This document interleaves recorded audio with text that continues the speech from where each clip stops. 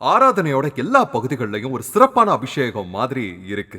ஏன் தெரியுமா? நீங்க புத்திசாலியா இருந்தா கவனமா கேட்டீங்கன்னா குறிப்பெடுப்பீங்க. ஆனா உங்களுக்கு ஒரு தனிப்பட்ட வழிகாட்டுதலும் இருக்கு. நீங்க வேத வசனத்துல நேரம் செலவு பண்றப்ப தேவன் உங்க கூட பேசுறாரு. ஒருவேளை உங்க திருமண சூழ்நிலை இப்ப பிரச்சனையில இருக்கலாம். ஒருவேளை உங்க இளம் வயது பையனால உங்களுக்கு பிரச்சனை இருக்கலாம்.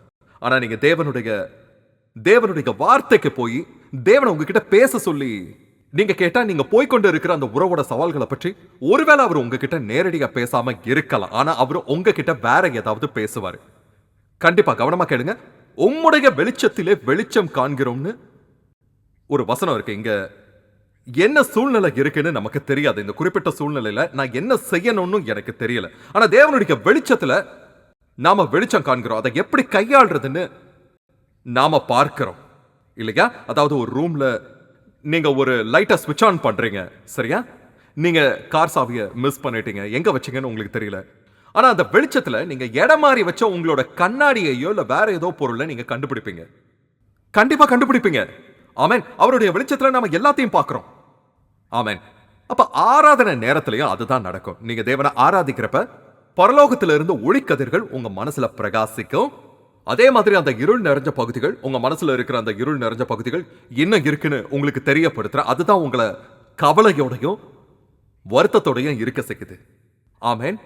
இதயம் படபடப்போடையும் குளிர்ந்த வேர்வையோட தூங்காம எதிர்காலத்தை பத்தி கவலைப்படவும் வைக்குது. ஏன்னா நீங்க நல்லதா ஒரு சர்ச்சுக்கு போனாலும், ஆமென், நல்ல பாஸ்டர்களுக்கு கீழே நல்ல போதனைக்கு கீழே நீங்க இருந்தாலும் சரி, சரியா? மனரீதியா அது ஒரு வெளிப்பாடுன்னு உங்களை விடுதலையாக்குற ஒரு சக்தியின் வெளிப்பாடு மனரீதியா உங்களுக்கு தெரிஞ்சிருந்தாலும் ஏதோ ஒரு விதத்துல அதை மறைக்கிற ஒரு இருளான பகுதி இருக்கத்தான் செய்யுது. ஆக நீங்க தேவனுடைய வீட்டுக்கு வர்ற ஒவ்வொரு நேரமும் அந்த வெளிச்சம் உள்ள வரணும்னு விரும்புறீங்க. இப்ப நீங்க எத்தனை பேர் நீங்க விசுவாசிகளா ஆகிறதுக்கு முன்ன சர்ச்சுக்கு வந்ததுல இருந்து இப்ப நீங்க விசுவாசிகளா இருக்கிற வரைக்கும் கர்த்தருக்கு ஸ்தோத்திரம். இதுக்கு முன்னாடி நீங்க பார்க்காத நிறைய விஷயங்களை நீங்க பார்க்கறீங்க. சொல்லுங்க பார்க்கலாம். சொல்லப்போனா மனுஷனுக்கான தேவனோட திட்டத்தையும் உலக நிகழ்வுகளையும் ஒரு புது வெளிச்சத்துல நீங்க பார்க்கறீங்க. காலத்தோட அடையாளங்களையும் கர்த்தருடைய வருகை சமீபமா இருக்கிறதையும் நீங்க பார்க்கறீங்க. வெளிச்சம் வருது. ஆமென். உங்களோட தனிப்பட்ட வாழ்க்கையிலையும் கூட மக்கள் ஏன் அப்படி செயல்படுறாங்கன்னு தெரிஞ்சுப்பீங்க. ஆமென். அது பாவம் நிறைஞ்ச மாம்சமாகும். நம்ம எல்லாரும் பொதுவா உலகத்தை பத்தி பேசுறேன். நம்ம எல்லாரும் பாவிகள்னு வேதம் சொல்லுது. மேலும் ஆண்டவர் இயேசு நமக்கு தேவை. ஆமென். இறக்க நிறைஞ்சு இருக்கிறவங்களுக்குள்ள வெளிச்சம் வந்திருக்கிறத நீங்க பாப்பீங்க. ஆமென்.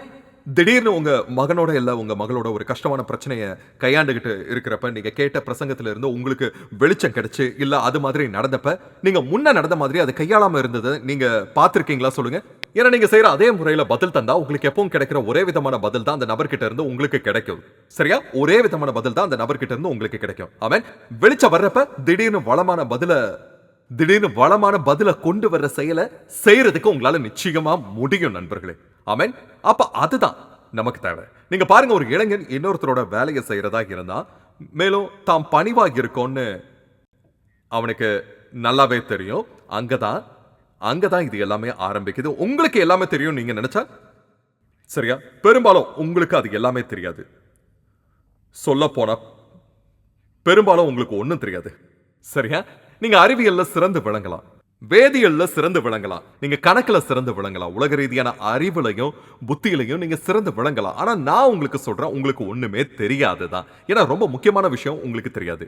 மேன்மை பாராட்டுகிறவன் தன் பராக்கிரமத்தை குறித்தும் அவனுடைய புத்திசாலித்தனத்தின் ஞானத்தை குறித்து மேன்மை பாராட்ட வேண்டாம்னு வேதம் சொல்லுது. ஆமென். மேன்மை பாராட்டுகிறவன் என்னை அறிந்திருக்கிறதை குறித்து மேன்மை பாராட்ட கடவன். இது எல்லாத்தையும் விட சிறந்த ஞானமோ அதோட அந்த ஞானம், அந்த வெளிச்சம் எல்லா விஷயத்தையும் ஒரு புது வெளிச்சத்துல உங்களை கண்டிப்பா அது பார்க்க வைக்கும். சரியா? எல்லாத்தையுமே அது உங்களை பார்க்க வைக்கும். ஆமென். ஆமென். உங்களால புது முறையில விஷயங்களை கையாள முடியும். அதோட வெளிச்சம் உள்ள வர்றப்ப இருள் வெளியில போகத்தான் செய்யும். சரியா? நீங்க இருளோட சண்டை போட தேவையில்ல, வெளிச்சத்தை மட்டும் உள்ள கொண்டு வாங்க. அப்ப தேவனுடைய வசனத்தின் பிரசித்தம் வெளிச்சம் தரும். மேலும் இயேசு நமக்காக சிலுவையில மரித்த முழு விஷயமும் ஏன் தெரியுமா? ஏன் பாருங்க, தேவனுடைய மீட்பு திட்டத்துல அது மிக முக்கியமானதாகவும் மிக சரியானதாகவும் அவசியமானதாகவும் நேர்த்தியானதாகவும் தான் நாம பார்க்கிறோம். சரியா? ஆனா எதுக்காக இயேசு சிலுவையில நமக்காக இறந்தாரு சொல்லுங்க? ஆமென். அதனால நம்ம சுத்திகரிக்கப்படுவோம், நம்ம பாவங்கள் எல்லாம் கழுவப்படும். ஆனா நம்ம பாவங்கள் ஏன் கழுவப்படணும்? அதனால நம்ம கிறிஸ்துவின் நீதியை அணிந்து கொள்ளலாம். அதுக்காக தான். சரியா? ஆமென். அவர் நம்ம பாவங்களை எடுத்துக்கிட்டாரு. அப்ப நாம அவருடைய இடத்துக்கு வந்தோம்.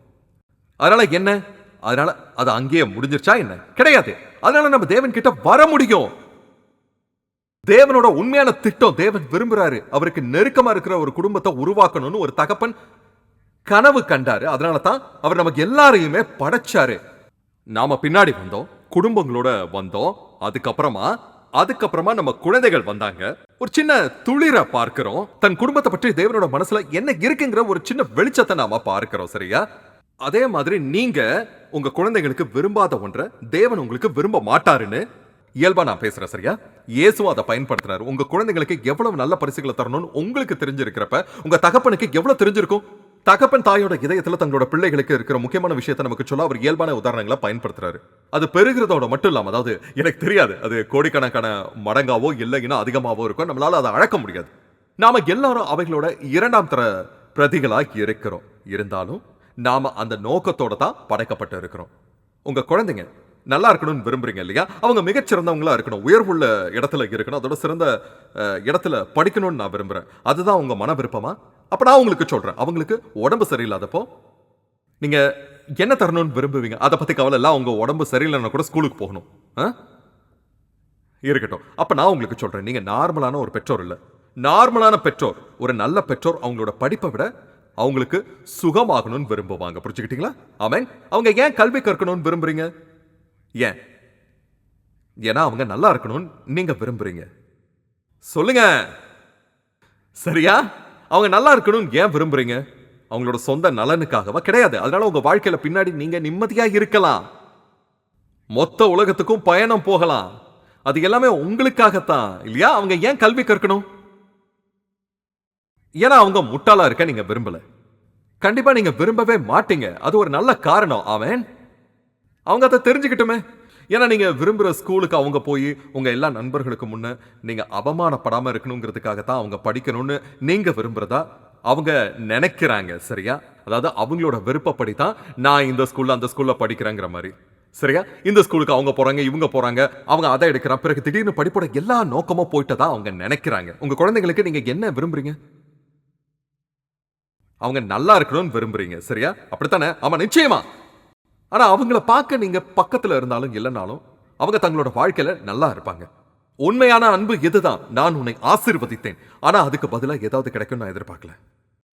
சரியா? அதுக்கு பதிலா நான் ஏதாவது வாங்கினா அது ஒரு போனஸ். நான் உன்னை நேசிக்கிறேன்னு சொல்லிட்டு பிறகு காத்துருன்னு சொல்லாதீங்க. கமான் இருக்கட்டும், உங்களுக்கு தெரியும். சரியா? நீங்க ஒரு பதிலை எதிர்பார்ப்பீங்க. அப்ப நம்ம சிறந்தவங்க இல்லைன்னு நாம எல்லாருக்குமே தெரியும். தேவன் நம்மள அப்படி நேசிக்கல. ஆமென். இயேசு தான் சுகமாக்கின எல்லார்கிட்டயும் என்ன பின்பற்றி வான்னு அவர் சொன்னதே கிடையாது. அவங்க மேல அவர் எந்த நிர்பந்தத்தையும் திணிக்கிறது இல்ல. இப்ப மத்தவங்க என்னைய ஃபாலோ பண்ணுங்க அப்படின்னு நீங்க சொல்லலாம். வரி வசூலிக்கிறவனை பார்த்து என்னை பின்பற்றி வான்னு அவர் சொல்றாரு. சரியா? சரியா? அது மற்ற சூழ்நிலைகளாகும். ஆனா ஒவ்வொரு தடவையும் ஒரு குழந்தையை குணமாக்குறப்ப சரியா அந்த குழந்தையோட தாய் கிட்ட குழந்தையை கொடுத்துருவாரு. அவர் நாயினின் விதவை மகனை எழுப்பி அவனோட தாய்கிட்டே திரும்ப தந்தாரு. அவர் எப்போ நிர்பந்த நோக்கத்தோட எதையும் ஏத்துக்கவே மாட்டாரு. சரியா? ஏன்னா நான் செய்யணும், அது அவசியம். நீங்க கொடுக்கிறதையும் கூட உங்க பணத்தை தேவனுடைய வேலைக்காக தாங்கன்னு தேவன் சொல்றப்ப அவன் விசனமாயும் அல்ல, கட்டாயமாயும் அல்ல, தன் மனதில் நியமித்தபடியே கொடுக்க கடவன்னு தேவன் சொல்லுகிறார். சரியா? தேவனுக்கு அது தேவையில்ல. தேவன் அதை விரும்பல. அதாவது கொடுக்கிறவங்க இருக்காங்க, கொடுக்கிறது மட்டுமே விஷயம் இல்ல, ஆனா கொடுக்கிற அந்த விதம் எல்லாத்தையும் கெடுத்து விடும். உங்களுக்கு என்ன வேணும்? எனக்கு ஒரு பெரிய மேக் வேணும். எவ்வளவு பெருசு? எவ்வளவு பெருசு? நீங்க விரும்புற எல்லாமே பெருசுதான். சரி, பெரிய மேக் நீங்க தான் தந்தீங்க. கொடுக்கிற அந்த விதம் ஏமாத்துறதா இருக்கு. ஆமென்.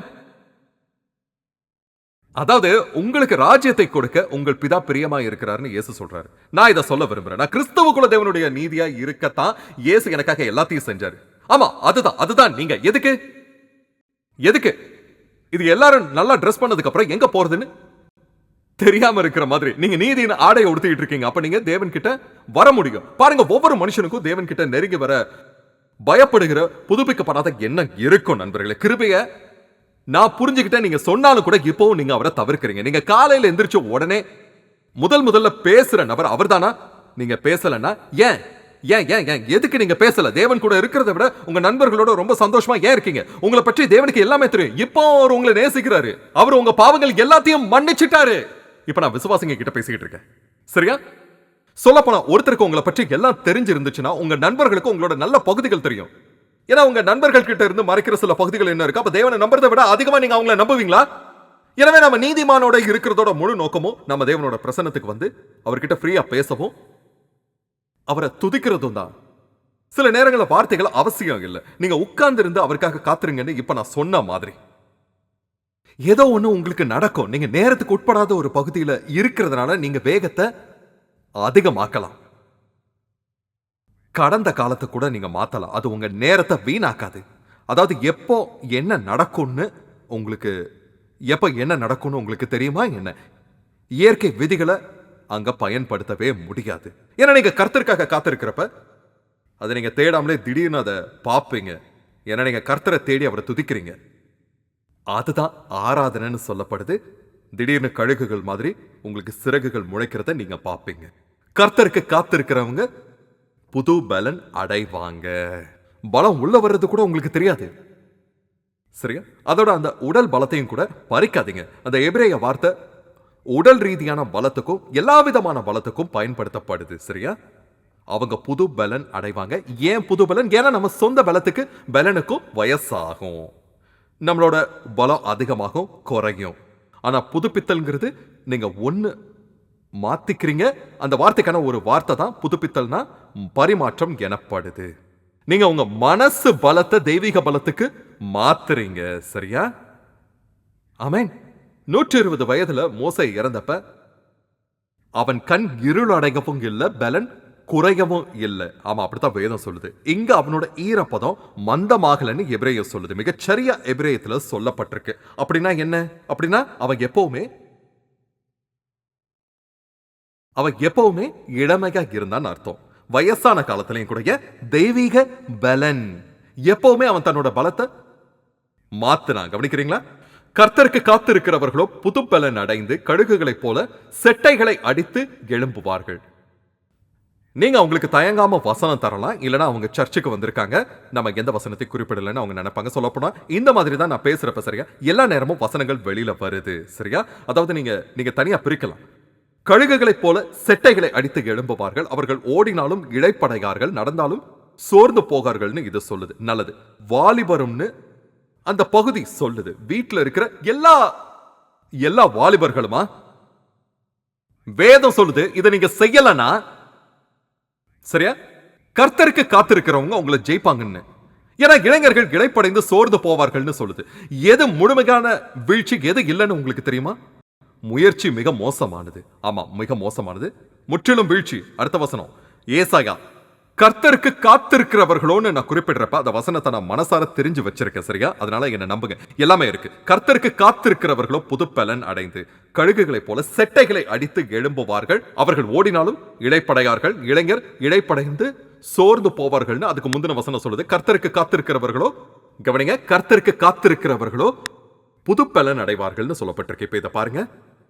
அதாவது நாம ஓடினாலும் சரியா, இது எல்லாமே ஒண்ணுதான் இல்லையா? ஆனா இது நீங்க சர்ச்சில் இருக்கீங்க, இது நல்லது, உங்களுக்கு நீங்க உதவுறீங்கன்னு உங்களுக்கு உணர்த்துது. சரியா? நான் சொன்னது கீழே இருக்கிறத நீங்க பாப்பீங்க. சரியா? அதுக்கு முந்தின வசனம் வாலிபர்கள் போவாங்கன்னு சொல்லப்பட்டிருக்கு. இந்த வசனம் என்ன சொல்லுதுன்னா, சில இளைஞர்கள் என்ன நம்ப மாட்டாங்க. சரி, 30வது வசனத்தை நான் காமிக்க போறேன். 30வது வசனம் அது என்ன சொல்லுதுன்னு பார்க்கலாம். அதாவது நியூ கிரியேஷன் சர்ச் 30வது வசனத்துல இப்ப இருக்கு. சரியா? புது சிருஷ்டியின் சர்ச் என்ன சொல்லுது? சரி, அதாவது சர்ச் இருக்கணும். அங்க கீழே இருக்கிற எபிரேய வார்த்தை அந்த எழுத்து இப்படி சொல்லுது. அதை ஹே அப்படின்னா கிருபைன்னு அர்த்தம். சரியா? கிருபை இல்லாம நீங்க முற்றிலும் வீழ்ச்சி அடைவீங்க. ஆமென். இப்ப வசனங்களை மறுபடியும் போடுங்க. சரி, இதை பாருங்க. கர்த்தருக்கு காத்திருக்கிறவர்களோ புது பலன் அடைந்து கழுகுகளைப் போல செட்டைகளை அடித்து எழும்புவார்கள். அவர்கள் ஓடினாலும் இளைப்படையார்கள், நடந்தாலும் சோர்ந்து போகார்கள். நீங்க எதையாவது உணர்ந்தீங்களா? நீங்க ஆண்டவரோட சமூகத்துல இருக்கிறப்ப கால வரம்பற்ற ஒரு பகுதியில நீங்க இருக்கிறப்ப தான் அதை நான் குறிப்பிட்டேன். இயற்கையின் விதிகளை இனி செயல்படுத்த முடியாது. நீங்க இந்த வயசுல இருக்கிறப்போ உங்களுக்கு இந்த பிரச்சனைகள் உங்களுக்கு இருக்கிறது சாதாரணமானது தான். இயற்கை விதி சொல்லுது நீங்க கொஞ்ச நேரம் தான் தூங்குவீங்க. உங்க இதயத்துல நிறைய பிரச்சனை இருக்கும். அதால உங்களுக்கு நிறைய பிரச்சனை, அதாவது ஞாபகம் மறதி இருக்கும். அது மட்டும் இல்லாம கம்மியா ஓடுவீங்க, கம்மியா தான் நடப்பீங்க, இந்த மாதிரி. சரியா? ஆனா நீங்க கர்த்தருடைய சமூகத்துல இருக்கிறப்ப அந்த இயற்கையின் பகுதியில நாம இருக்க மாட்டோம். நீங்க ஆராதனை செய்யறப்ப காலத்துக்கு உட்படாத பகுதியில இருப்பீங்க. உங்களுக்கு அது தெரியுமா சொல்லுங்க? நீங்க இயற்கையின் விதிய அதாவது இயற்கையின் விதியாக ஆளுகை செய்யப்பட மாட்டீங்க. ஏன்னா இயற்கையில உண்மையாகவே நீங்க முதல்ல ஓட மாட்டீங்க. நீங்க நடப்பீங்க. அதுக்கப்புறம் தான் ஓட ஆரம்பிப்பீங்க. அதுக்கப்புறம் பறப்பீங்க. இங்க நீங்க பறக்குறீங்க. அதுக்கப்புறம் ஓடுறீங்க. அதுக்கப்புறம் தான் நடக்கிறீங்க. இத கவனிக்கிறீங்களா? அந்த வசனத்தை நாங்க காட்டுறது நல்லது. இல்லனா நீங்க என்ன நம்ப மாட்டீங்க இல்லையா? அதை நீங்க கவனிச்சிருக்கீங்களா? அவங்களோட பலன் புதுப்பிக்கப்பட்டதுனால உங்களுக்கு என்ன நல்லது? இயற்கையோட விதிகளுக்கு எதிரா முதல்ல நீங்க பறப்பீங்க. கழுகுகளை போல செட்டைகளை எடுத்து நீங்க உயர எழும்புவீங்க. ஆமென். நீங்க பறந்துகிட்டு இருக்கிற மாதிரி உணர்வீங்க. கர்த்தருக்கு ஸ்தோத்திரம். அதாவது நீங்க பறக்கிறப்போ கவனிங்க, நீங்க ஜோஹர் பஹர் வரைக்கும் அப்படியே நல்லா சுத்தி வருவீங்க இல்லையா? உங்களால கற்பனை பண்ண முடியுதா? சரி, நீங்க வடக்கு பக்கம் இருக்கிற பெனாங், சிங்கப்பூரோட சரியான வடக்கு பகுதி, மலேசியால சைக்கிள் ஓட்டுறத ஒரே நாள்ல அங்க போறத உங்களால கற்பனை பண்ண முடியுதா?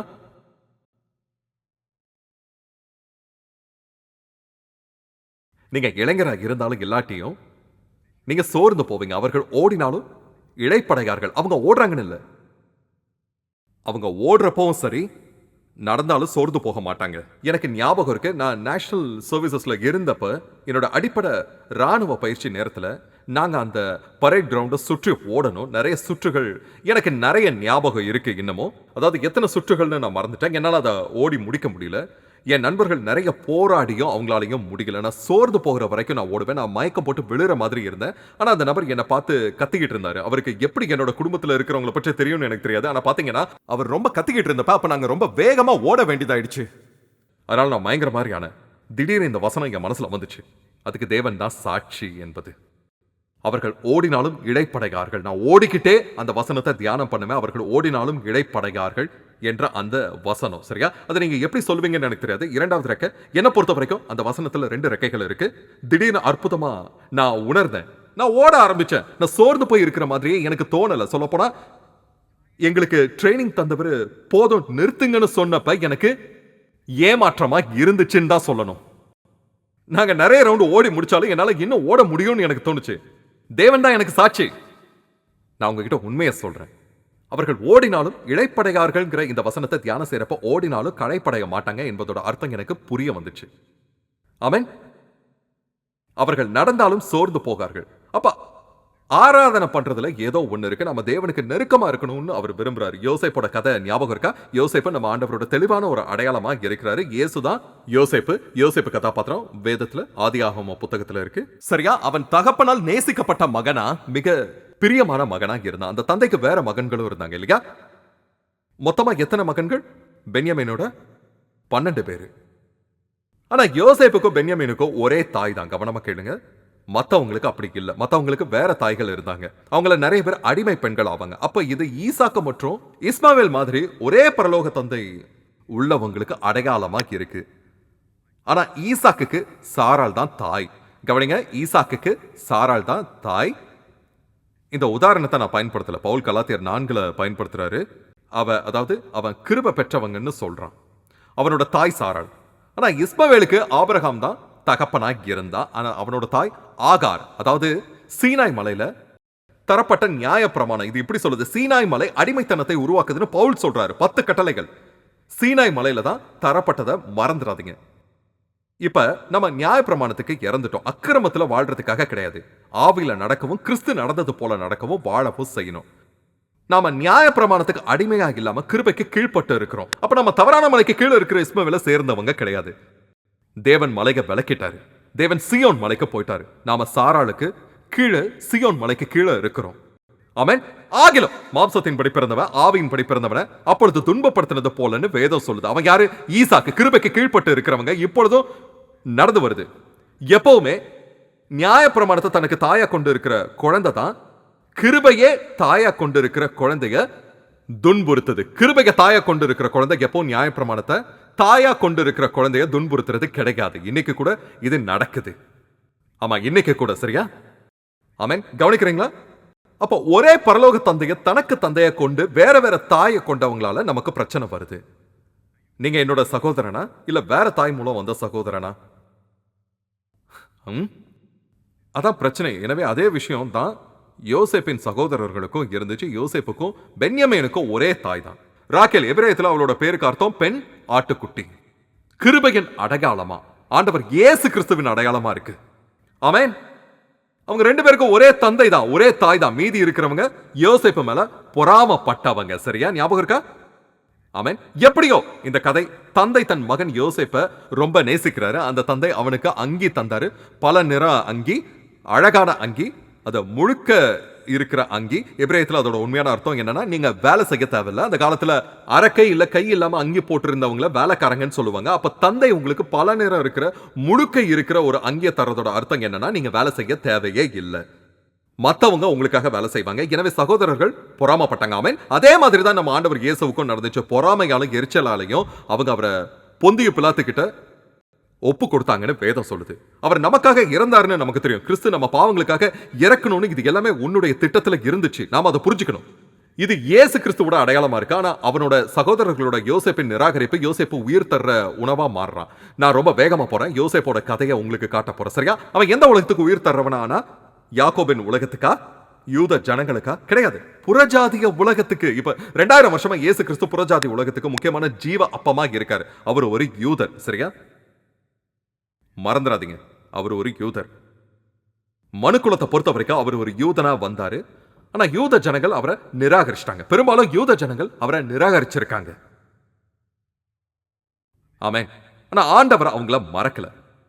அப்ப ஸ்தேவான் யோசேப்பை பற்றி சொல்லுகிறப்ப, அவன் முதலில் வந்தப்ப அவனுடைய சகோதரர்கள் அவன்கிட்ட உணவுப் பொருள் வாங்க வந்தப்ப அவனை அடையாளம் காணவில்லைன்னு சொல்ற முழு விஷயத்தை பற்றி நம்ம பார்க்கிறோம். இயேசு முதல்ல வந்தப்ப அவரோட முதல் தோற்றத்துல அவங்க அவரை அடையாளம் காணல. அவர் தமக்கு சொந்தமானதுல வந்தாரு. அவருக்கு சொந்தமானவர்களோ அவரை ஏற்றுக்கொள்ளல.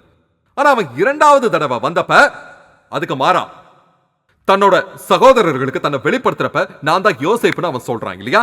அப்படி நடக்க போறத, சரியா? அப்படி நடக்க போறத நாம பார்க்கிறோம். முதல் வருகையில இஸ்ரவேல் இயேசுவை பார்க்கல. அதனாலதான் இந்த 2000 வருஷமா கஷ்டப்பட்டுக்கிட்டு இருக்காங்க. இயேசு சொல்றாரு துன்பங்களை பார்த்து, நீங்க என்ன நிராகரிக்காம இருந்திருந்தா நல்லா இருந்திருக்கும்னு. கோழி தன் குஞ்சுகளை சேர்க்கிறது போல நான் சேர்க்கணும்னு நினைச்சேன். ஆனா நீங்க என்ன விரும்பல, நீங்க விரும்பவும் மாட்டீங்க. அவர் பயன்படுத்தின வார்த்தை இதுதான். நீங்கள் செய்ய மாட்டீர்கள், ஆகையால் எப்பொழுது உங்கள் விருப்பத்திற்கு விடப்படுகிறீர்கள் அப்பொழுது உன் சத்துருக்கள் உன்னை சூழ மதில் போட்டு உன்னை வளைத்துக் கொள்வான். அவங்களுடைய துன்பத்தின் கதை இதுதான். ஆனா நீங்க இதை சொல்ற அந்த நாள்ல பருக் ஹபா ஹாஷம் அடோனாய், கர்த்தருடைய நாமத்தினாலே வருகிற ராஜா ஸ்தோத்தரிக்கப்பட்டவர்னு அவர் மறுபடியும் வரப்போகிறார். ஆமென். அவர் அவங்கள மறக்கல. தேவன் இந்த நாட்டை ஒதுக்கி வைக்கல. கவனிக்கிறீங்களா? இருக்கட்டும். சரியா? நீங்க அந்த துன்பத்தை புரிஞ்சுக்கிட்டீங்க. சரி, அப்ப இரண்டாவது தடவை அவங்களுக்கு முன்ன அவன் வந்தப்ப நான் தான் யோசேப்புன்னு அவன் சொன்னான். ஆனா முதல் தடவை அங்க வந்தது யாரு? யாரு முதல் தடவை சொல்ல வந்தப்ப அவன் அங்க இல்ல. அவன் இளையவன், அவங்க இல்ல. பென்யமீன். தேவன் பென்யமீன் தலைமுறைக்காக காத்துக்கிட்டு இருக்காரு. இயேசு இஸ்ரவேலுக்கு தன்னை காட்ட தன்னோட இரண்டாம் வருகையில, இரண்டாவதா தோன்றுவதற்கு முன்ன தேவன் தோன்றுவாரு. அவர் பென்யமீனை பார்த்தப்ப அவனோட முதல் வார்த்தை, என் மகனே, தேவன் உன்மேல் கிருபையா இருக்க கடவர். கிருபை அந்த தலைமுறைய குறிக்குது.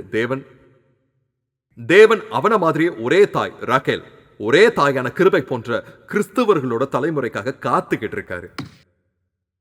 அவங்க பூமியில இருக்காங்கன்னு நான் நம்புறேன். ஆமா, அவங்க பூமியில இருக்காங்கன்னு நான் நம்புறேன்.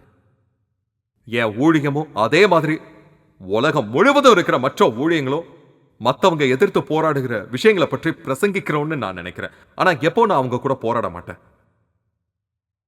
எனக்கு நேரம் இல்லை, நான் ரொம்ப பிஸி. ஆமென். சரியா? நான் அவங்கள ஆசீர்வதிப்பேன். அவங்க எப்பவும் என் சகோதரர்கள். ஆனா இன்னொரு தாயோட சகோதரர்களா? அவங்க துன்பப்படுத்துறவங்க. புரிஞ்சுக்கிட்டீங்களா? நீங்க வெளியில போய் தவறான விஷயங்கள், அதாவது சர்ச்சை பத்தி மக்கள் சொல்றதை கேட்டா என்னோட சகோதரன் மட்டும் சொல்லுங்க. ஆனா மனசுக்குள்ள இன்னொரு தாய் மூலமா வந்தவர்னு சொல்லுங்க. ஆமென். இருந்தாலும் இப்போ நான் அவங்களை நேசிக்கிறேன். ஆக அவன் சொன்ன முதல் விஷயம், தேவன் உன் மேல கிருபையா இருக்க கடவராக என் மகனே. அதுக்கு பிறகு அவங்க சாப்பிட தொடங்கினப்ப அவன் அவங்களுக்கு விருந்து தந்தான். சகோதரர்கள் இன்னும் அவனை அடையாளம் காணல. ஆனா பென்யமின் இந்த நபரை பற்றி அவங்க பேசுற எதையாவது பார்த்திருக்கலாம்னு நான் நினைக்கிறேன். அவங்க சொல்ற மாதிரி அவன் இல்ல. அவனோட கண்ணுல ஒரு அன்பு தெரிஞ்சது. அதுக்கு பிறகு அவன் தன்னோட மற்ற எல்லா சகோதரர்களுக்கு தந்தையை விட 5 மடங்கு அதிகமா அவனுக்கு தந்தான். அதுக்கு பிறகு அவங்க கிளம்புற நேரம் வந்துச்சு. 5 மடங்கு அதிகமான ஆடைகளையும் தந்தான். யோசேப்பு மலையில பிரசங்கம் பண்ணின இயேசுவுக்கு அடையாளமாக இருக்கா. மலையில அவர் என்ன சொன்னாரு? எண்ணத்தை உண்போம், எண்ணத்தை குடிப்போம் என்று கவலைப்படாதிருங்கள்னு. இந்த கடைசி நாட்கள்ல வேற தாய்க்கு இருக்கிற மற்ற குழந்தைகளை விட பென்யமின் தலைமுறைக்கு 5 மடங்கு அதிகமா வசதிகள் கிடைக்கும்.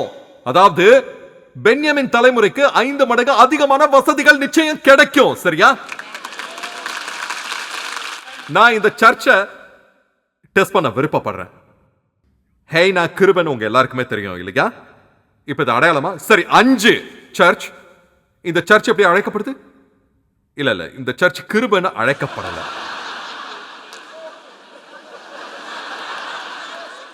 உங்க எல்லாருக்கும் இப்பதானே நான் காட்டினேன். இல்ல, என்னோட எல்லா பிரசங்கத்திலையும் எங்க சர்ச்சோட பேரை உங்க எல்லாருக்கும் நான் காட்டினது இல்ல. ஒரு குறிப்பிட்ட பிரசங்கத்துல சர்ச் பேரோட ஒரு சின்னத்தை நான் உங்க எல்லாருக்கும் காமிச்சு, எங்க சர்ச்சோட பேர் என்னன்னு நான் உங்ககிட்ட கேள்வி கேட்ட கிருபை.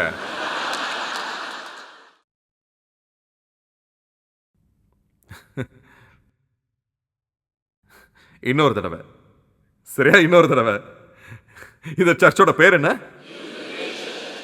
Very good, thank you. New creation church. New creation church. வேதத்துல 5ஆம் நம்பரோட அர்த்தம் என்னன்னு சொல்லுங்க. ஆமா, வேதத்துல. Very good. நம்பர் 5 வந்து கிருபை. நீங்க வேகமா சொல்லிட்டீங்க, ரொம்ப வேகமா போறீங்க. நான் கேள்வி கேட்கறதுக்கு முன்னாடியே நீங்க பதில சொல்லிட்டீங்க. என்ன? நான் தான் ஏற்கனவே சொன்னேன், நீங்க கழுகுகளை போல செட்டைகளை அடித்து எழும்புவீங்கன்னு. நீங்க ஓடினாலும் சோர்ந்து போக மாட்டீங்க. உங்களோட வெளிச்சம் அது இயற்கையா இருக்கிற வெளிச்சத்தின் மணி நேரத்துல 1,86,000 மைல் வேகத்தை விட வேகமா இருக்கும். இது இப்படித்தான் இருக்கும். வாவ், எவ்வளவு அற்புதமான சர்ச் இது. நான் உங்களுக்கு இதை சொல்றேன், நான் உங்க பாஸ்டரை பார்க்கணும். ஏன்னா எந்த சர்ச்சோ, எந்த ஒரு குழுவோ, அது கொரிந்தியரோ இல்ல வேற எதுவா இருந்தாலும், எங்கள் ஜீவனுள்ள நிருபம் நீங்கள் தானேன்னு பவுல் சொல்றாருன்னு வேதம் சொல்லுது.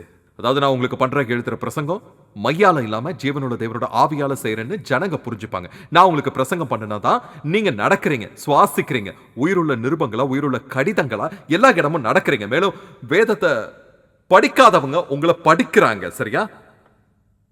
ஆமென்.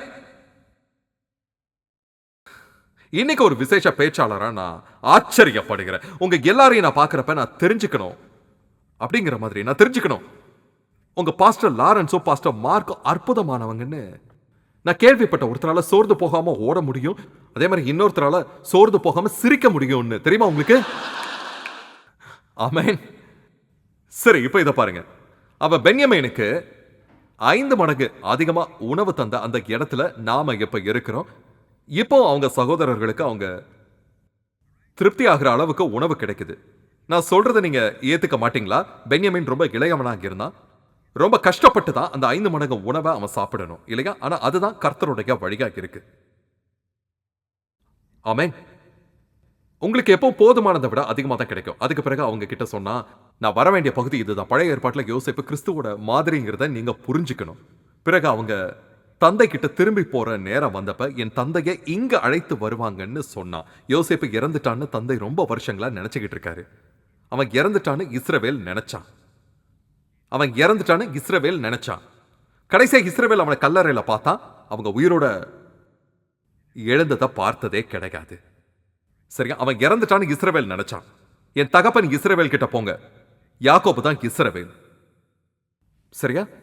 இப்போ இத பாருங்க. அவன் சொல்றான், யோசேப்பு தன் சகோதரரை நோக்கி என் கிட்ட வாருங்கள் என்றான். நீங்க எப்பவுமே அவனுக்கு பக்கத்துல இருக்கணும்னு அவன் விரும்புறான். அதுக்கு பிறகு இதை சொல்றான், அவர்கள் கிட்ட போனார்கள். அவன், நீங்கள் எகிப்துக்கு போகிறவர்களிடத்தில் விற்று போட்ட உங்கள் சகோதரனாகிய யோசேப்பு நான் தான். என்னை இவ்விடத்தில் வரும்படி விற்று போட்டதினால் நீங்கள் சஞ்சலப்பட வேண்டாம். ஜீவ ரட்சணை செய்யும்படிக்கு தேவன் என்னை உங்களுக்கு முன்னே அனுப்பினார். அற்புதம். இஸ்ரேல் கிட்ட சொல்றாரு, வேணாம், அழாத, நீ என்னை நிராகரிச்ச. ஆமா, ஆனா நான் சிலுவையில இருந்து உயிர்களை பாதுகாக்க, ஆத்துமாக்களை ரட்சிக்கும்படி தேவன் அதை முழுசா வடிவமைச்சிட்டாரு. தேவன் அதை முழுசா வடிவமைச்சிட்டாருன்னு. ஆமென். உங்க எல்லாருக்கும் மட்டுமோ இல்ல, இஸ்ரவேல் நாட்டுக்கோ மட்டுமோ இல்ல, முழு உலகத்துக்காகவும் தேவன் மிகவும் உலகத்தை நேசிச்சதால தன்னோட ஒரே மகனையே தந்தாரு. தேவன் இஸ்ரவேலரை ரொம்ப நேசிச்சதால இல்ல, உலகத்தையே ரொம்ப நேசிச்சாரு. ஆமென். நீங்க எல்லாரும் ஆசீர்வதிக்கப்பட்டீங்களா? அதுக்கு பிறகு இதை பாருங்க. தேசத்தில் இப்பொழுது 2 வருஷமாக பஞ்சம் உண்டாயிருக்கிறது. இன்னும் 5 வருடம் இருக்கும். பஞ்சம் இயேசுவின் வருகையோட சம்பந்தப்பட்டதா இருக்கு. யோசேப்பு சகோதரர்களுக்கு தன்னை வெளிப்படுத்தினது கிறிஸ்துவின் 2ஆம் வருகைக்கு அடையாளமா இருக்கு. அதை ஒன்னா வச்சு விடுபடுங்க. பென்யமீன் பஞ்சத்தை குறிப்பிடுறான். எனவே பரலோக யோசேப்பு பென்யமீன் தலைமுறைக்காக காத்துக்கிட்டு இருக்காரு. ஆனா நாம பஞ்சத்தை பத்தி கவலைப்பட தேவையில்லை. நம்ம எல்லாருக்கும் 5 மடங்கு அதிகமான உணவும் 5 மடங்கு அதிகமான உடையும் கிடைக்கும். அதோட அது இயற்கையில மட்டும் இல்லாம 5 மடங்கு அதிகமா அபிஷேகமும் கிடைக்கும். சரியா? ரேமண்ட் எப்போ அபிஷேகத்துல இருப்பாரு. உதாரணமா சாம்பலுக்கு பதிலாக சிங்காரத்தையும், துயரத்துக்கு பதிலாக ஆனந்த தைலத்தையும், ஒடுங்கின ஆவிக்கு பதிலாக துதியின் உடையையும் கொடுக்கவும் தான் வந்ததா இயேசு சொன்னாரு. அதான் உங்களுக்கு வேகமா காட்டுங்க. சரி, சாம்பலுக்கு பதிலாக சிங்காரத்தை தர அவர் வந்தார். உங்க முகம் மனச்சோர்வு சாம்பல் மாதிரி இருக்கு. அந்த நாட்கள்ல சாம்பல் அவங்க புலம்புற நேரத்துல மேல போட்டுப்பாங்க. சரியா? நான் உனக்கு சிங்காரத்தை தருவேன்னு தேவன் சொல்றாரு. எனவே அவர் அலங்கோலத்தை அழகாக்க வந்தாரு. இது வேதத்துல தான் இருக்கு. சரியா? கர்த்தருடைய ஆவியானவர் என் மேல் இருக்கிறார், ஏனென்றால் இவை எல்லாவற்றையும் செய்யும்படி என்னை அபிஷேகம் செய்கிறார்னு பேசுற அந்த வசன பகுதியில இது இருக்கு. அதோட சாம்பலுக்கு பதிலாக சிங்காரத்தையும் கொடுப்பாரு.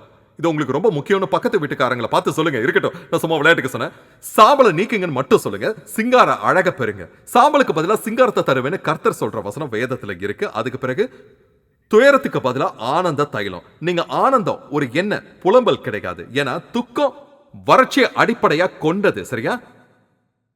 ஆமென். துக்கம் வறட்சியை அடிப்படையா கொண்டது. ஆயில் ஆஃப் ஜாய், அதாவது ஆனந்த தைலம். எல்லாரும் ஆமென் சொல்லாமா? மனமகிழ்ச்சி நல்ல ஔஷதம். முறிந்த ஆவியை எலும்புகளை உலர பண்ணும்னு நீதிமொழிகள் 17 சொல்லுது.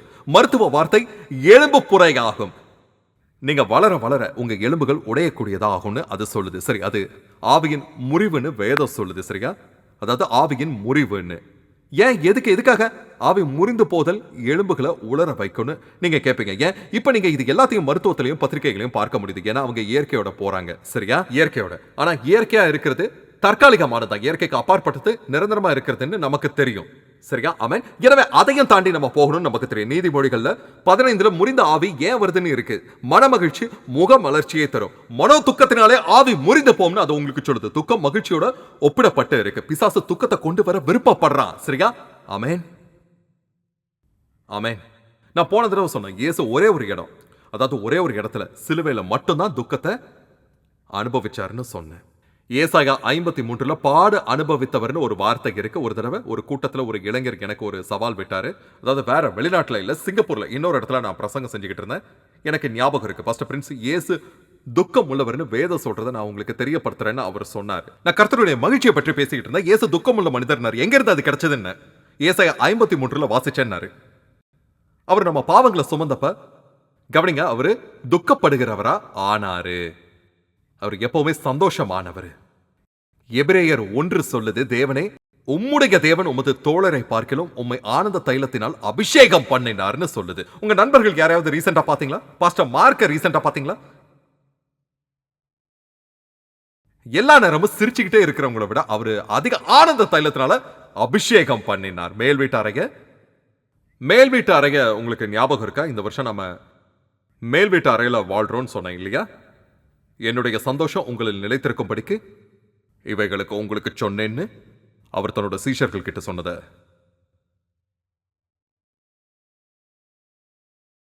உங்களால கற்பனை பண்ண முடியுதா?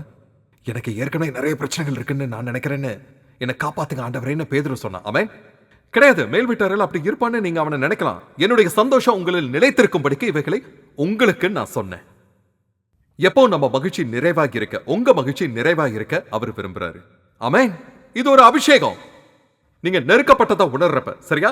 ஏசாயா உங்களுக்கு சொல்ற ஒரு விஷயம், ஒடுங்கின ஆவிக்கு பதிலாக துதியின் உடை ராஜாவாகிய சவுல் மேல வந்ததுதான் ஒடுங்கின ஆவி. நாம போன வாரம் சவுல் மேல வந்த பொல்லாத ஆவியின் எபிரேய வார்த்தை துக்கத்தின் ஆவி, ஒடுக்கத்தின் ஆவின்னு நாம பார்த்தோம். மேலும் அது ஜனங்களை தங்களோட வாழ்க்கையை முடிக்க வைக்குது. அதாவது தற்கொலை எண்ணம், மன அழுத்தம். அதாவது இதுக்கு பதில் என்னன்னு உங்களுக்கு தெரியுமா நண்பர்களே? இது எல்லாமே ஆவிகள் ஆகும். ஆவிகளுக்கு உங்களால மருத்துவம் பார்க்க முடியாது.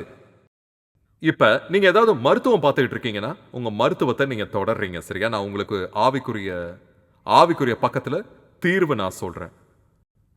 அது உங்க சரீர பிரகாரமான விஷயங்களையும் சரி பண்ணும். சரீர பிரகாரமான விஷயங்களையும் சரி பண்ணும். ஆமென். ஆனா எதுவா இருந்தாலும் சரி, உடல் ரீதியா இருந்தாலும், உங்க உடலாக இருந்தாலும் நீங்க மருத்துவம் பார்க்கறீங்கன்னா, நீங்க சரியாயிட்டீங்க. உங்க டாக்டர் சொல்ற வரைக்கும் மருந்து எடுங்க. நீங்க சரியாகிற வரைக்கும். சரி, பாஸ்டர் கேப்ரியல உங்களுக்கு தெரியும் இல்லையா? போன வாரம் அவரு ரொம்ப ரத்த வியாதியால அவதிப்பட்டது கூட சுகமாச்சு. டாக்டர் கிட்ட மறுபடியும் போனாரு. ரிசல்ட் என்னன்னா, அந்த ரத்த வியாதி சரியானதும் இல்லாம, நீங்க ரொம்ப இளமையா தெரியுறீங்கன்னு டாக்டர் சொல்லியிருக்காரு. அதாவது, நீங்க ரொம்ப இளமையா தெரியுறீங்கன்னு. டாக்டரோட வாயிலிருந்து வந்தது. சரியா? போன வாரம் நெறைய சாட்சிகள் இருந்ததால, நாங்க சொல்லாத ஒரு சாட்சி இருக்கு. அவள் கடந்து போன எல்லா விஷயத்தையும் பார்த்ததுக்கு பிறகு, நீங்க இளமையா தெரியுறீங்கன்னு டாக்டர் சொன்ன வார்த்தைய நெனச்சு பாருங்க. அதனால இது ஒடுக்கத்தின் ஆவிங்கிறத நாம உணரணும். இது ஒரு ஆவிக்குரிய பிரச்சனை. ஆனா அதுக்கு பதில் என்ன? துதியின் ஆடை. அதனால தான் உங்களை சுத்தி ஆராதனை பண்ற துதிக்கிற ஒரு சூழல் இருக்கிறப்ப அசுத்த ஆவிய அது விரட்டிடும். ஆமென். அவைகளால அங்க சுத்த முடியாது. அவைகளுக்கு துதி பிடிக்காது. ரொம்ப கோபப்படுறதா, எரிச்சல் உள்ளதா, சோர்வு உள்ளதா, மன அழுத்தம் உள்ளதா இருக்கு. நான் உங்க கணவரை பற்றியோ உங்க வேலைக்காரரை பற்றியோ பேசல. சரியா? நான் உங்க கணவரை பற்றியோ உங்க வேலைக்காரரை பற்றியோ பேசல. பிசாச பற்றி பேசுறேன். அவனை ஃபாலோ பண்ணா நீங்களும் அப்படித்தான் இருப்பீங்க. அதனால சந்தோஷமா இருங்க. துதிக்க ஆரம்பிங்க. உங்களுக்கு ஒடுக்கம் வந்ததா உங்களுக்கு தோணுதா? துதிக்க ஆரம்பிங்க. உங்களால துதியின் ஆடையையும் அணிந்திருக்க முடியாது. ஒடுக்கத்தின் ஆவியும் வச்சிருக்க முடியாது. உங்களால முடியாது. ஒடுங்கின ஆவிக்கு பதிலா துதியின் ஆடை. அது மட்டும் இல்லாம சாம்பலுக்கு பதிலா சிங்காரம் இருக்கிறதுனால நீங்க ரொம்ப அழகா தெரிவிங்க. மேலும் தைலம் ஓடத் தொடங்கும். சரியா? பைபிள் சொல்லுது, சங்கீதங்களினாலும் கீர்த்தனைகளினாலும் ஞான பாட்டுகளினாலும் ஒருவருக்கொருவர் புத்தி சொல்லிக்கொண்டு உங்கள் இருதயத்தில் கர்த்தரை பாடி கீர்த்தனம் பண்ணுங்கள். ஆமென். பாடுறது மூலமா நீங்க ஆவியால நிரப்பப்படுறீங்க. அதனால தான் ஆனந்த தைலம் ஒண்ணு இருக்கு. பரிசுத்த ஆவியானவர் தான் உங்களுக்கு மகிழ்ச்சியை தராரு. ஹalleluya. ஹalleluya. வேதத்துல புது ஏற்பாட்டுல ஒரு வசனம் இருக்கு, ஒரு வாக்கியம் இருக்கு. மகிமையான தேவனுடைய சுவிசேஷம்னு நம்ம கிங் ஜேம்ஸ் வெர்ஷன் அதுல சொல்லுது. ஆனா அங்க இருக்கிற மகிமையான ஆசீர்வாதமான வார்த்தை துதி கிடைக்காது. இது மக்காரியோஸ் வார்த்தை. மக்காரியோஸ் அர்த்தம் மகிழ்ச்சி. அதனால மகிழ்ச்சியின் தேவனுடைய சுவிசேஷம்னு நீங்க சொல்லலாம். தேவன் மகிழ்ச்சியான தேவனா இருக்காரு. தேவன் மகிழ்ச்சியான தேவனா இருக்காரு. அதாவது நம்மளை பொறுத்த வரைக்கும் நம்ம சந்தோஷமா இருக்க விரும்புறோம். ஆனா இந்த பக்க பரலோகத்துல நமக்கு சந்தோஷம் இருக்காது. ஆனா நமக்கு மகிழ்ச்சி இருக்கும். அது நடக்கும். நீங்க விரும்பின விதத்துல அது நடக்கிறப்ப உங்களுக்கு சந்தோஷம் நடக்கும். நீங்க விரும்பின விதத்துல அது நடக்கிறப்ப நீங்க சந்தோஷப்படுவீங்க. ஏன்னா எல்லா சம்பவங்களும் பழைய இங்கிலீஷ்ல ஆமென் சந்தோஷங்கிற இடத்துல தான் வருது. ஆனா கவனிங்க, நீங்க எல்லாத்துலயும் சந்தோஷம் பெறலாம்.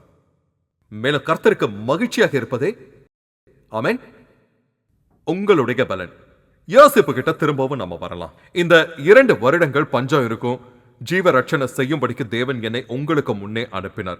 8வது வசனத்துல, ஆதலால் நீங்கள் அல்ல, தேவனை என்னை இவ்விடத்துக்கு அனுப்பி என்னை பார்வோனுக்கு தகப்பனாகவும் அவர் குடும்பம் அனைத்திற்கும் கர்த்தனாகவும் எகிப்து தேசம் முழுவதுக்கும் அதிபதியாகவும் வைத்தார். நீங்க சீக்கிரமா என் தகப்பனிடத்தில் போய், தேவன் என்னை எகிப்து தேசம் முழுவதுக்கும் அதிபதியாக வைத்தார், என்னிடத்தில் வரும், தாமதிக்க வேண்டாம்.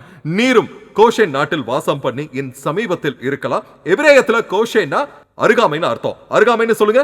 நான் இத முடிவுக்கு கொண்டு வரேன். சரியா? அருகாமைன்னு சொல்லுங்க. நீங்க எப்பவும் பக்கத்துல இருக்கணும்ங்கிறது தான் தேவனோட விருப்பம். சரியா? என் மகனை நான் தூரமா இருந்து பார்க்கிறது எனக்கு பிடிக்கல. அவன் பக்கத்துல இருக்க விருப்பப்படுறேன். அவன் பக்கத்துல தான் இருக்கணும். ஆமென். ஆமென். முடிஞ்ச அவங்கள பக்கத்துல கட்டி அணைக்கணும். தேவனை துதிங்க. சரியா? எனவே நீங்களும் அதுல இருப்பீங்க. அது என்னோட மனைவியையும் உள்ளடக்குது, என்னோட மகளையும் தான். தூரத்துல இருந்து இல்ல, அவங்கள நான் பக்கத்துல வச்சு அரவணைக்க விருப்பப்படுகிறேன். நான் அவங்கள விட்டு தூரமா இருக்கிறப்ப ஏதாவது நடக்குது. ஆமென். நீங்க அப்படி உணரல. அது ஒருவேளை ஒரு டோபமைன் வெளியீடு மட்டும் இல்ல, உங்களுக்கு பிடிச்சவங்க உங்க பக்கத்துல இருக்கிறப்ப இன்னும் நிறைய நடக்கும். இந்த ஆய்வுகள் சொல்லுது, தாத்தா பாட்டி தங்களுடைய பேர குழந்தைங்க கூட நிறைய டைம் செலவு பண்றப்ப அவங்க ரொம்ப நாள் வாழ்றதா பல்கலைக்கழக ஆய்வுகள் சொல்லுது. ஆக உங்க சில பேருக்கு பேர குழந்தைகளை உருவாக்குறது அவசியம். ஆமென். பலுகி பெருகுங்கள். நீங்க வருத்தப்பட மாட்டீங்க. இதுதான் அருகாமையின் இடமாகும். இதுதான் அருகாமையின் இடமாகும். கோசேனா என்ன? கோஷேனா எபிரேயத்துல அருகாமை. நீரும் உம்முடைய பிள்ளைகளும் அவர்களுடைய பிள்ளைகளும் என் சமீபத்தில் இருக்கலாம். உங்க பிள்ளைங்க தங்களோட சொந்த வாழ்க்கையை நடத்தட்டும்னு சொல்லல. இல்ல. நீங்களும் உங்களுடைய பிள்ளைகளும். எனவே அந்த வாக்குறுதியை எடுத்துக்கோங்க. அவங்க தூரமா இருக்கிற மாதிரி தெரியலாம். ஆனா நீங்க பக்கத்துல இருக்கிறப்ப அவங்க பக்கத்துல தான் இருப்பாங்க. இல்லையா? எனவே தேவனோட நீதியா இருப்பதோட முழுமையான நோக்கமே பக்கத்துல இருக்கிறது தான். நீங்க எப்பவுமே பக்கத்துல தான் இருக்கீங்க. பக்கத்துல இருக்கிறப்ப பக்கத்துல இருக்க முயற்சி செய்யாதீங்க. நீங்க ஏற்கனவே பக்கத்துல இருக்க நீங்க முயற்சி செய்யறப்ப, ஏன்னா கிறிஸ்துவுக்குள்ள நீங்க பக்கத்துல இருக்கீங்க. நீங்க கிறிஸ்துவுக்குள்ள பிதாவோட வலது பாரிசத்துல இருக்கீங்க. நீங்க தேவனுக்கு ரொம்ப பக்கத்துல இருக்கீங்க. இதுக்கு மேல தேவனுக்கு பக்கத்துல நீங்க இருக்க முடியாது. ஆனா தேவனுக்கு பக்கத்துல இருக்கணும்னு நீங்க பண்ற முயற்சி உங்களை கிருபையில இருந்து விழ வைக்கும். பிறகு தேவனுக்கு பக்கத்துல இருக்க நீங்க முயற்சி செஞ்சதுனால மனச்சோர்வு அடைவீங்க. ஆனா உண்மையிலே நீங்க தேவனுக்கு பக்கத்துல இருக்கிற அந்த உண்மையை மறுக்கிறீங்க. சரியா? நான் அதை மறுபடியும் செய்றேன். நீங்க கிறிஸ்துவுக்குள்ள இருக்கிறப்ப நீங்க தேவனுக்கு ரொம்ப பக்கத்துல இருக்கீங்க. மேல பக்கத்துல போக முடியாது. நீங்க எங்க வேணாலும் நடக்கலாம். தெருக்குள்ள இறங்கி நடக்கலாம். அப்ப தேவன் கிட்ட பேசுற மாதிரி நீங்க உணரலாம். தேவன் கிட்ட சும்மா பேசுங்க. அதோட நீங்க ரொம்ப பக்கத்துல இருக்கீங்கன்னு தெரிஞ்சுக்கோங்க. ஏன்னா நீங்க கிறிஸ்துவுக்குள்ள இருக்கீங்க. பாருங்க, அது உங்க ஜெப வாழ்க்கையில புரட்சியை ஏற்படுத்தாது. நம்ம நிறைய பேர் நான் நெருங்கணும்னு சொல்றோம். நெருங்கி வர்றதுக்கான முயற்சியை நீங்க கிறிஸ்துவுக்குள்ள பிதாவின் வலது பாரிசத்துல இருக்கீங்கங்கிறத மறுக்கிறது. கவனிக்கிறீங்களா? அது புதிய உடன்படிக்கையோட மறுபக்கம். உங்களோட பாவங்கள் எல்லாம் மன்னிக்கப்பட்டாச்சு. இது தேவன் உங்களை நீதிமானா பார்க்கறத மறுக்கிறது. நெருங்க முயற்சி செய்யறதை நிறுத்துங்க. நீங்க அங்கதான் இருக்கீங்க. ஆனா நீங்க இருக்கிறப்ப என்ன நடக்கும்? 11வது வசனம், அங்கே உம்மை பராமரிப்பேன். அருகாமையின் இடம், நான் அங்கே உன்னை பராமரிப்பேன்னு இயேசு சொல்றாரு. உலகத்தின் மக்களுக்கு கிடைக்கிறத விட உங்களுக்கு 5 மடங்கு அதிகமா கிடைக்கும். அவங்க உங்களை பார்க்கவும் கிறிஸ்துவின் உயிருள்ள நிருபங்களை வாசிக்கவும் ஒரு சாட்சியா இருங்க. அப்ப அவங்க உங்க தேவன் எனக்கு தேவைன்னு சொல்லுவாங்க. ஆமென். உங்க தேவன் எனக்கு தேவை. ஏன்னா எனக்கு தெரியும், நாம அவங்கள மாதிரி புத்திசாலிகளா, கற்றவங்களா, பொருளாதார கல்வியில தேர்ந்தவங்களா இல்லாதப்ப அவங்க உங்களையும் என்னையும் பார்த்து எனக்கு நடக்காம எப்படி இது உங்களுக்கு நடந்துச்சுன்னு கேட்பாங்க. மேலும் எல்லாமே நான் கத்துக்கிட்டு இருக்கேன். ஆனா அது உங்களுக்கு நடந்திருக்கு. ஆமா, ஏன்? அது இயேசுவால தான் உறுதியா சொல்லுங்க. ஆமென். வெக்கப்படாதீங்க. சரியா? அங்கே நான் உன்னை பராமரிப்பேன். அங்க நான் எங்க? அருகாமையில் உமக்கும் உம்முடைய குடும்பத்தாருக்கும் உமக்கு இருக்கிற யாவற்றிற்கும் வறுமை வராதபடிக்கு அங்கே உம்மை பராமரிப்பேன். இன்னும் 5 வருடம் பஞ்சம் இருக்கும். நான் இதை முடிக்கிறேன். இதோ உங்களோட பேசுகிற வாய் என் வாய் தான் என்பதை உங்கள் கண்களும் என் தம்பியாகிய பென்யமீனின் கண்களும் காண்கிறதே. இதோட நான் முடிக்கிறேன். சரியா? எகிப்திலே எனக்கு உண்டாயிருக்கிற சகல மகிமையையும் நீங்கள் அவர் சீக்கிரமாய் கண்ட யாவையும் என் தகப்பனுக்கு அறிவித்து இவ்விடத்துக்கு வரும்படி செய்யுங்கள். ஆராதனைனா என்னன்னு தெரியுமா? யோசேப்பின் மாதிரி, இயேசுவின் மாதிரி நீங்கள் கண்ட எனக்கு உண்டாயிருக்கிற சகல மகிமையும் என் தகப்பனுக்கு அறிவியுங்கள். ஆராதனைனா குமாரனோட அழக பிதா கிட்ட சொல்றது. பிதா அதை விரும்புறாரு. பழுதற்ற குறையே இல்லாத ஆட்டுக்குட்டிய ஏன் பலியிடணும்னு நீங்க யோசிச்சு பார்த்தா, ஏன்னா அது அவரோட குமாரனுக்கு அடையாளமா இருக்கு. நீங்க அவர் குமாரனை கொண்டு வர்றப்ப அவர் அதை விரும்புறாரு. சரியா? அவர் அதை விரும்புறாரு. ஆமென். ஆராதனை எல்லா வாசனைகளையும் கொண்டு வர்றதாகும். எல்லா பழைய ஏற்பாடு வாசனை பொருட்கள், நறுமணங்கள், இது எல்லாம் கிறிஸ்துவின் அடையாளங்கள். அதை எரிக்கப்படுறப்ப தூப வர்க்கம் மேல போகாது. கிறிஸ்துவின் நறுமணம். மறுபடியும் நான் பூமியை அழிக்க மாட்டேன்னு தேவன் சொல்றாரு.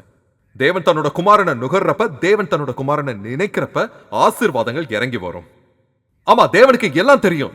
இருந்தாலும் தேவன் நம்மள மாதிரி தான். என் மகன் இருக்கிறான் அல்லது என் மனைவி இருக்கிறாள், என் மகள் இருக்கிறாள்னு நமக்கு தெரிஞ்சாலுமே நான் வெளிநாட்டில் இருக்கிறப்ப அவங்க போட்டோக்களை பார்த்து நான் இன்னும் நேசிக்கிறேன். அவங்கள பாருங்க, அவங்க எப்படி இருப்பாங்கன்னு எனக்கு தெரியும். இருந்தாலும் நான் அவங்கள பார்க்கிறேன். இது அதே மாதிரி தான். நீங்க அதை செய்யற ஒவ்வொரு நேரமும் தேவனோட மனசுல மகிழ்ச்சியை கொண்டு வரீங்க. உங்களை இல்ல, உங்களோட இது அல்ல. அதாவது கர்த்தர் ஆண்டவர், அது உங்களை பற்றி கிடையாது. ஆராதனைனா அது கிறிஸ்துவால ஆக்கிரமிக்கப்படுறது, அவரோட அழகால ஆக்கிரமிக்கப்பட்டு இருக்கிறது தான். ஆமென். என்னோட எல்லா மகிமையும் என் பிதா கிட்ட சொல்லுங்க. அதுக்கு பிறகு ஆராதனை நேரத்துல தனிப்பட்ட விதத்துல நீங்க பார்த்த என்னோட அழக, என்னோட நற்குணம், என்னோட கிருபையை பற்றியும் அவர்கிட்ட சொல்லுங்க. பிதா கிட்ட சொல்லுங்க. சரியா? பிதா கிட்ட சொல்லுங்க. எனவே சில மணி நேரம் நான் பிதா கிட்ட போய், பிதாவே உங்க குமாரனோட பரிசுக்காக உங்களுக்கு நன்றின்னு சொல்லுவேன். மேலும் பிதாவே அவர் ரொம்ப அழகா இருக்கிறார். பிதாவே மெல்லிய மாவு மாதிரி இருக்கு. அவரோட குணம் கரடு முரடாக்கு எதுவுமே இல்லை. சீரற்றதுக்கு எதுவும் இல்லை. அவரு வலிமையானவராக இருந்தாலும் கூட அதிகமா தாங்குகிறவர் அல்ல. அவர் அன்பா இருந்தாலும் அடிமைத்தன பயத்துல பயப்படுறது கிடையாது. அவரு அடிமை கிடையாது. அவர் முற்றிலும் அழகானவர். அதுக்காக உங்களுக்கு நான் நன்றி சொல்கிறேன் ஆண்டவரே. அவர் என்னை நேசித்ததற்காக நான் நன்றி சொல்கிறேன் ஆண்டவரே. மேலும் இது நம்ம 2 பேருக்கும் சமாதான பலி மாதிரி. சமாதான பலி செலுத்தப்பட்டது. மார்க்கண்டம் பலிபீடத்துல பலியிடப்பட்டது. பிதாவுக்கு முன்ன ஆராதனை செய்யப்படுற அன்பு இதுதான். சரியா? பிதாவே அவர் உங்களை நேசிச்சதால் அவர் தன்னோட உயிரை தந்தார்னு பிதாவுக்கு நீங்க ஞாபகப்படுத்துறீங்க. கிறிஸ்து தன் உயிரை தந்ததுக்கான முதல் காரணம் தன்னுடைய பிதாவின் மகிமையால தான்னு ஞாபகம் வச்சுக்கோங்க. சரியா? அவரோட மரணம் பரிசுத்தமான தேவனோட எல்லா கோரிக்கைகளையும், எல்லா தேவைகளையும், நீதியையும் முழுமையா பூர்த்தி செஞ்சுச்சு. அவர் பிதாவை நேசிச்சாரு. நான் என் ஜீவனை கொடுக்கிறபடியினால் பிதா என்னில் அன்பாகி இருக்கிறார். பிதா எப்போ அவரை நேசிச்சார், ஆனா அவர் தன்னோட உயிரை தந்தப்ப ஒரு புது உத்வேகம் இருந்துச்சு. அவர் பிதாவை நேசிச்சாரு. பிதாவே, அவர் உங்களை ரொம்ப நேசிச்சாரு. பிதாவே, இயேசுவின் அழகை பற்றி நான் பிதா கிட்ட பேசுறது தான் ஆராதனைன்னு சொல்லப்படுது. அதுக்கப்புறம் நான் பிதா கிட்ட பேசின, பிதாவே, அவர் என்னை நேசிக்கிறார். அவர் என் குடும்பத்தை நேசிக்கிறார். அவர் என் சர்ச்சை நேசிக்கிறார். பிதாவே, அவர் எங்களுக்காக தன்னோட உயிரை தந்தாரு. ஆமா பிதாவே, அதுதான் ஆராதனை. நீங்க திருவிருந்து கொண்டு வர்றப்ப அது அவரை நினைக்கிறதுக்காக தான். உங்க பாவங்களையும் உங்க அசுத்தங்களையும் நினைக்கிறது கிடையாது. அது அவரோட அழகையும் அவரோட மகிமையையும் நினைக்கிறது தான். ஆமென். கர்த்தருக்கு ஸ்தோத்திரம்.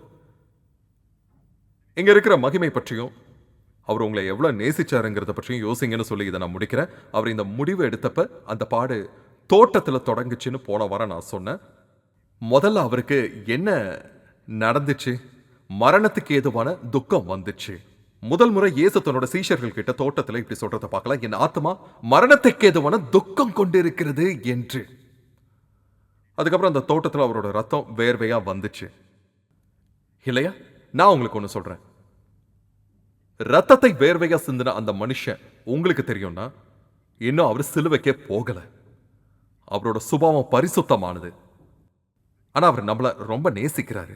தன்னோட உயிரை தான் சிலுவையில தரப்போறோம்னு அவருக்கு தெரியும். சிலுவையை பற்றி ஏற்கனவே அவருக்கு நல்லா தெரிஞ்சதுனால அது அவருக்கு ரத்த வேர்வையா கொண்டு வருது. சிலுவையில இருந்தப்ப அது எவ்வளவு அதிகமா இருந்திருக்குன்னு யோசிச்சு பாருங்களேன்.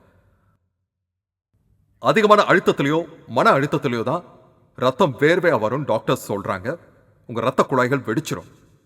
அப்ப அவருக்கு ரத்த வேர்வை வருது. அவர் ரத்த வேர்வை சிந்தினது என தோட்டத்துல வந்த முதல் சாபமான உன் முகத்தின் வேர்வையால் ஆகாரம் புசிப்பாய். ரத்தம் மனுஷ வேர்வையின் சாபத்திலிருந்தும் மனுஷ வேதனையிலிருந்தும் நம்ம எல்லாரையும் விடுதலை ஆக்குச்சு. ஏன்னா அவரோட ரத்தம் விடுதலை செய்யுது. நம்ம எல்லாருமே சாபத்திலிருந்து விடுதலை செய்யப்பட்டோம். நமக்கு எல்லாருமே சாபத்திலிருந்து விடுதலை ஆக்கப்பட்டோம். ஆமென். அதோட அவரோட ரத்தம் சபிக்கப்பட்ட பூமியில விழவு செஞ்சுச்சு. அதனால இப்ப நம்ம எங்க போனாலும் ஆசீர்வாதமான பூமியில தான் இருக்கும். எல்லாரும் ஆமென் சொல்லுங்க. ஆமென். அவர் உங்களை நேசிச்சாரு. சிலுவையோட எதிர்பார்ப்பு பாவமா மாறுறத நம்மளால கற்பனை செய்ய முடியாது. நம்மளால அதை கற்பனையே செய்ய முடியாது. அதை நம்மளால கற்பனை செய்யவே முடியாது. ஆனா அந்த எதிர்பார்ப்பு தான் அவருக்கு ரத்த வேர்வைய வர வச்சுது. அப்ப சிலுவையில இருக்கிறப்ப அவருக்கு எவ்வளவு வேதனைப்பட்டிருப்பாரு யோசிங்க. ஆனா அவர் உங்களை நேசிச்சதால அவர் அதை செஞ்சாரு. அவரை துதிங்க. ஹல்லேலூயா. ஆமென். உங்க மேல இருக்கிற அவரோட அன்பை மறக்காதீங்க. எல்லாரும் தலைகளை தாழ்த்துங்க, கண்களை மூடுங்க. கர்த்தருக்கு ஸ்தோத்திரம். நன்றி இயேசுவே. ஆமென். இதுவரைக்கும் இயேசுவை தங்களோட தனிப்பட்ட ரட்சகராகவும் ஆண்டவராகவும் ஏத்துக்காதவங்களுக்கும், உங்களோட வாழ்க்கையில அவரை ரட்சகரா இதுவரைக்கும் அழைக்காதவங்களுக்கும் இப்ப நான் ஒரு வாய்ப்பை தர விருப்பப்படுறேன். அது நீங்கன்னா, அது உங்களுக்கு வேணும்னா கர்த்தருக்கு ஸ்தோத்திரம். உங்க பாவம் மன்னிக்கப்படணும்னு நீங்க விருப்பப்பட்டா, புது வாழ்க்கை வேணும்னா இப்ப இந்த ஜெபத்தை என் கூட செய்யுங்க. பரலோக பிதாவே, பரலோக பிதாவே, இயேசு கிறிஸ்து என் ஆண்டவரா இப்பவும் எப்பவும் இருப்பார். அவர் சிலுவையில இறந்தப்ப என்னோட எல்லா பாவங்களும் கழுவப்பட்டதுக்காக நான் நன்றி சொல்கிறேன். என்னோட பழைய சுபாவம் சிலுவையில அவரோட கூட இறந்துருச்சு. அவர் மரித்தோரிலிருந்து உயிரோட எழுந்தப்ப நானும் அவர் கூட உயிரோட எழுந்துட்டேன். இயேசு கிறிஸ்து உயிரோட இருக்கிறார். நான் என்றென்றும் அவருக்குள் இருக்கிறேன். என்னோட எல்லா பாவங்களும் மன்னிக்கப்பட்டுச்சு இயேசுவின் நாமத்தில். ஆமென், ஆமென், ஆமென். கர்த்தருக்கு ஸ்தோத்திரம். எந்திரிச்சு நில்லுங்க. இந்த இடம் முழுவதும் இருக்கிறவங்க கைகளை உயர்த்துங்க. நான் இப்படி உங்களை ஆசீர்வதிப்பேன். சரியா? இதை செய்ய உந்தப்படுறதா நான் நினைக்கிறேன். கொஞ்சம் நிறுத்தி இந்த வாரம் முழுவதையும் யோசிங்க. மூச்சை நல்லா இழுத்து விடுங்க. ரிலாக்ஸ் ஆகுங்க. இந்த வாரம் முழுவதும் இதே தோரணையில நீங்க இருக்கணும். தேவன் கிட்ட இன்னும் நான் நெருங்க முடியாது. நான் ஏற்கனவே ரொம்ப பக்கத்துல தான் இருக்கேன். இந்த உண்மையை தொடர்ந்து செயல்படுத்துங்க. என் வாழ்க்கையில இருக்கிற எல்லாமே, குறிப்பா எதிரி, அவன் நீங்க தேவனுக்கு ரொம்ப பக்கத்துல இருக்கீங்கன்னு நினைக்கிறதுல இருந்து உங்களை தடுக்க முயற்சி செய்கிறான். ஆனா அவர் உங்க வாழ்க்கையை மாத்துவாரு. உங்க வாழ்க்கையில புரட்சியை ஏற்படுத்துவாரு. நீங்க கிறிஸ்துவுக்குள்ள இருக்கிறதால தேவனுக்கு ரொம்ப பக்கத்துல இருக்கீங்க. சர்ச்சுக்கு வெளியில நீங்க எங்க இருந்தாலும் சரி, நீங்க தேவனுக்கு ரொம்ப பக்கத்துல இருப்பீங்க. ஏன்? ஏன்னா நீங்க கிறிஸ்துவுக்குள்ள இருக்கீங்க. நீங்க சர்ச்சில் இருக்கிறதுனால இல்ல, நீங்க தேவனுக்கு பக்கத்துல இருக்கிறதுனால. மேலும் நீங்க என்றென்றும் கிறிஸ்துவுக்குள்ள இருப்பீங்க. ஆமென். அதனால நீங்க ஆசீர்வதிக்கப்பட்டிருக்கீங்க. இயேசுவின் நாமத்தில் தேவன் உங்களை ஆசீர்வதிப்பார். மறுபடியும் சந்திக்கலாம்.